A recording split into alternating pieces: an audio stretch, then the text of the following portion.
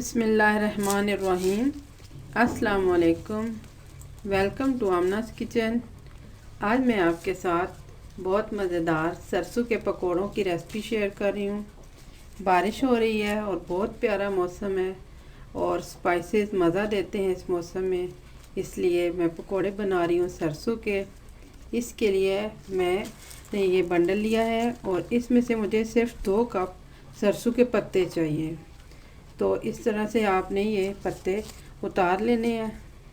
आगे की बहुत सॉफ्ट सी डंडी आप काट लें, बाकी गंदल आप रख लें साग बनाने के लिए। तो इस तरह से आपने ये पत्ते नोच लेने हैं। बिस्मिल्लाह बिस्मिल्लाह। इस तरह से ये पत्ते 2 कप बराबर आपने नोच लेने हैं। सरसों को धो के खुश्क करके काट लिया है मैंने। ये 2 कप सरसों चाहिए मुझे। 4 बड़े साइज़ के मैंने प्याज लिए हैं और उनको स्लाइस में काटा है और थोड़ा सा मोटा काटा है। स्लाइस थोड़ा सा मोटा काटना है आपने। 4 मैंने बड़े साइज़ के टमाटर लिए हैं और इस तरह से स्लाइस में काट लिए हैं। इसके अलावा 2 कप बेसन और 2 कप मैदा और 1 कप दही, खाने का 1 चम्मच मोटी कुटी लाल मिर्च, खाने का 1 चम्मच मोटा कुटा हुआ धनिया और खाने का 1 चम्मच रेगुलर जीरा मोटा कुटा हुआ। 1 चाय का चम्मच नमक ले रही हूँ, आप हस्बे जायका लीजिएगा। अब मैं इसको बनाती हूँ। अब किसी बर्तन में पहले आप मैदा और बेसन को मिक्स कर लें।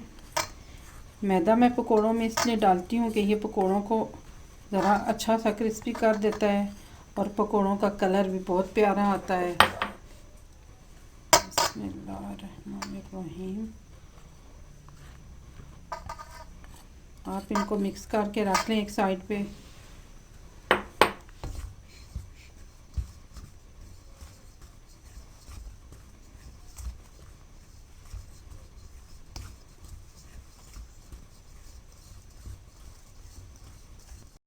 आप दही को अच्छी तरह से फेंट लें।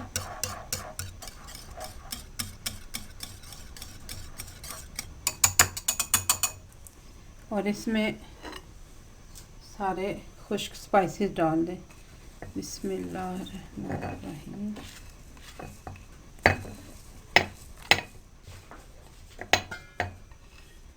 इसको अच्छी तरह से मिक्स कर लें। बिस्मिल्लाहिर्रहमानिर्रहीम।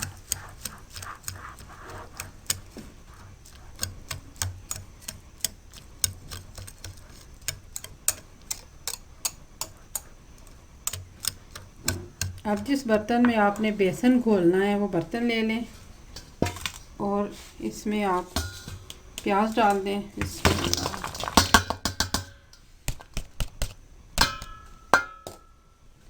टमाटर डाल दें और सरसों का साग डाल दें।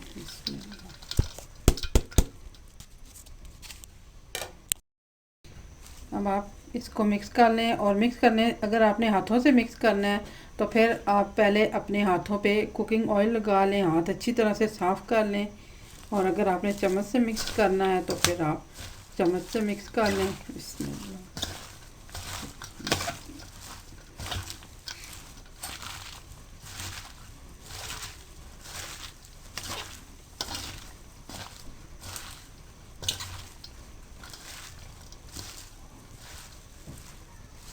अब आपने इसमें थोड़ा थोड़ा करके बेसन डालना है।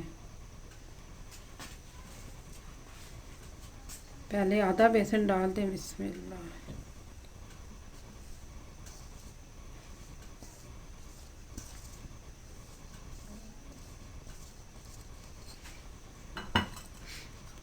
और इसको मिक्स कर लें। बिस्मिल्लाह।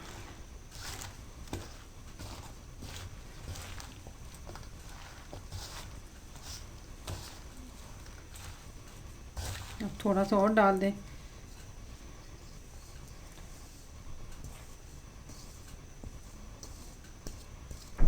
और थोड़ा सा पानी डाल दें, तकरीबन गिलास का 1/3 हिस्सा। बिस्मिल्लाह।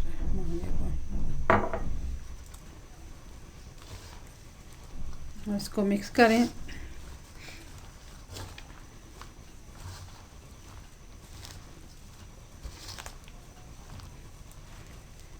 थोड़ा सा पानी और डाल दें। मैंने इसमें तकरीबन आधा गिलास पानी डाल दिया है। अब इसको अच्छी तरह से मिक्स करती हूँ।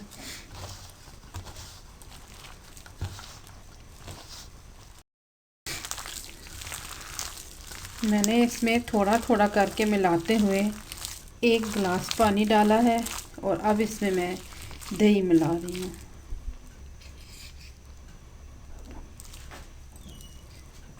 बिस्मिल्लाहिर्रहमानिर्रहीम। अब आप इसमें दही मिला दें अच्छी तरह से और इसको आपने 10 मिनट का रेस्ट देना है। और ये देख रही हैं कि आपने कितना ये सख्त बना हुआ है। अब आपने इसको 10 मिनट के लिए छोड़ देना है।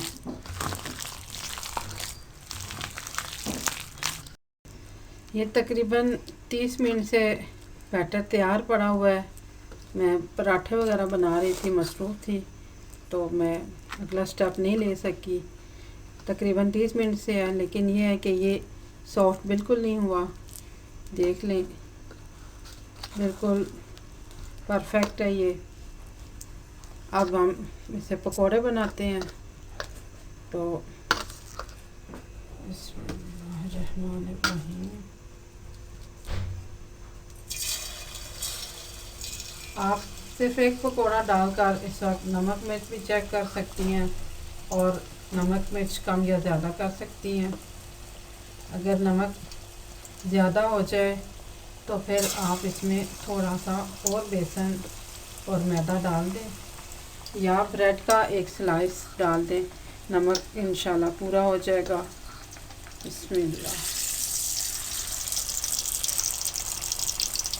सरसों के पकोड़े मैं हमेशा बड़े, थोड़े से बड़े ही बनाती हूँ, लेकिन अगर आपको छोटे साइज़ के पकोड़े पसंद हैं तो फिर आप छोटे साइज़ के बना लें। बिस्मिल्लाह।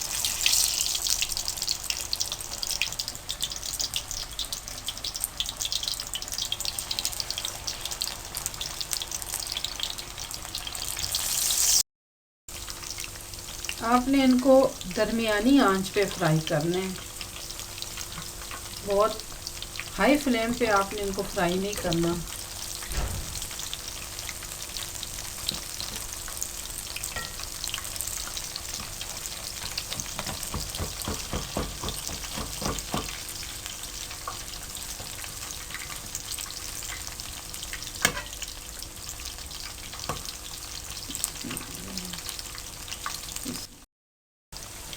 अब पकोड़े तैयार हो गए हैं। ये देखें, इनका डार्क कलर बिल्कुल भी नहीं है, उनके बहुत लाइट सा गोल्डन ब्राउन सा शेड है। इस तरह से आपने इनको फ्राई करना है कि इनका कलर ज़्यादा डार्क ना होने पाए।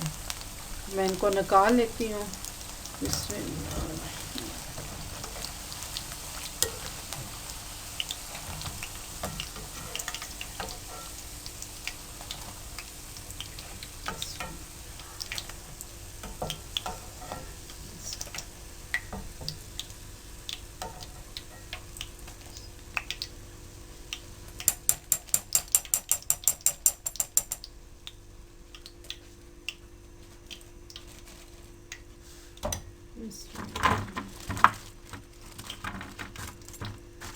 इसी तरह से आप अपनी ज़रूरत के मुताबिक और पकोड़े तल लें।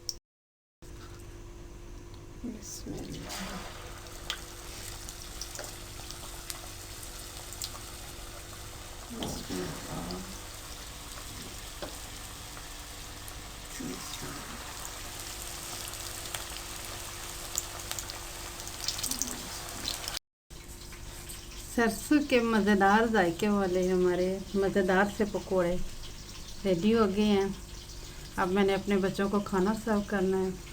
चपातियाँ, चटनी और पकोड़े, ये मेरे बच्चों का डिनर है। आप भी ऐसा डिनर बनाइए, एंजॉय करेंगे इंशाल्लाह। बनाकर बताइएगा कैसे लगे। दुआओं में याद रखिएगा। मेरे चैनल को सब्सक्राइब कीजिएगा। अल्लाह हाफ़िज़।